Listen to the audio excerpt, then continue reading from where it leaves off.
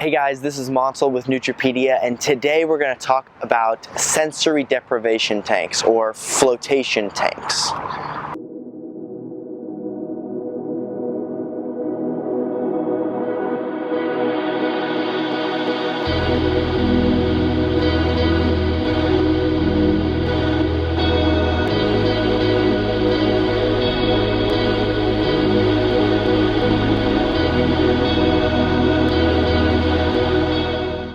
If you've never heard of a sensory deprivation tank, it's pretty self-explanatory. It's a large tank with about 800 to 1200 pounds of Epsom salt in the water so that you float in the water with temperatures of about 98.6 degrees, which is similar to the body temperature of a human, and there's no light and there's no sound, so it blocks out all of your sensory input.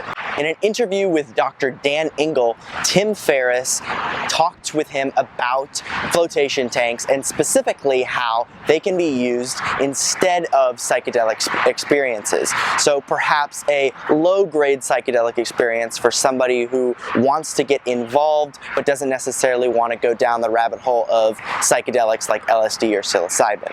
Now, sensory deprivation tanks can be a very meditative experience. In fact, Dr. Dan Engle mentions that it's like meditation on steroids, but there are some best practices if you want to get started. Number one, make sure you do 2 to 3 sessions in a 1-month period. Number two, a 2-hour-long session is better than 2 1-hour-long sessions. So try and make sure you get the longer session if possible. This is what Joe Rogan had to say about sensory deprivation tanks in his experience. But the float tank is where it's at, man. And those fucking things are exploding now. People are realizing it now for the first time in decades how important those things are. Now, obviously, not everybody has their own sensory deprivation tank, and you might not want to take psilocybin or marijuana, like he mentioned, before getting into a flotation tank, but you can use specific nootropics to help improve the experience. Now, the first time I did a sensory deprivation tank, I actually got into a sleep state, a theta wave state, where it didn't really feel all that comfortable and it didn't seem all that helpful. The second time I did a flotation tank experience, I actually used caffeine and L-theanine to improve my focus and concentration on my breath as I meditated, and that drastically changed the experience that I had.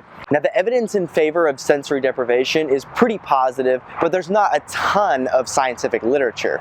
A study back in 1962 showed that sensory deprivation tanks could help reduce anxiety and symptoms of depression while at the same time increasing sleep quality. Now, that study was actually re-examined in 2014 in the Journal of Complementary Alternative Medicine, where they found that people not only reduce their anxiety and feelings of stress, but also help to improve logical reasoning as well. So guys, flotation tanks are getting popular, but they're not incredibly popular just yet.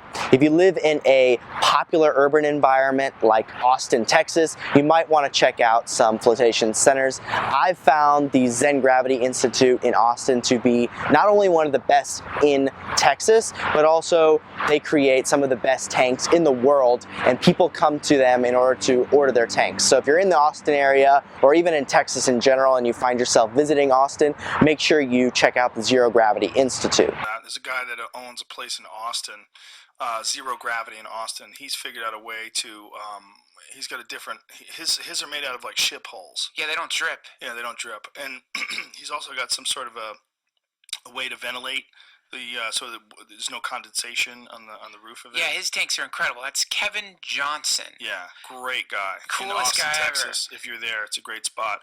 If you're in LA on the West Coast, there's the Float Lab as recommended by Joe Rogan. And if you're looking for a specific flotation tank in your city, just type into Google flotation tank, your city. Hopefully you'll find something. Anyway guys, I hope you've enjoyed this video. If you want to hear something more, or you want to hear about the nootropics that I used when I went into a flotation tank, go ahead, leave them in the comments below. If you want to read about flotation tanks and my experience with them, go ahead and click the link right there, and I will see you guys next time.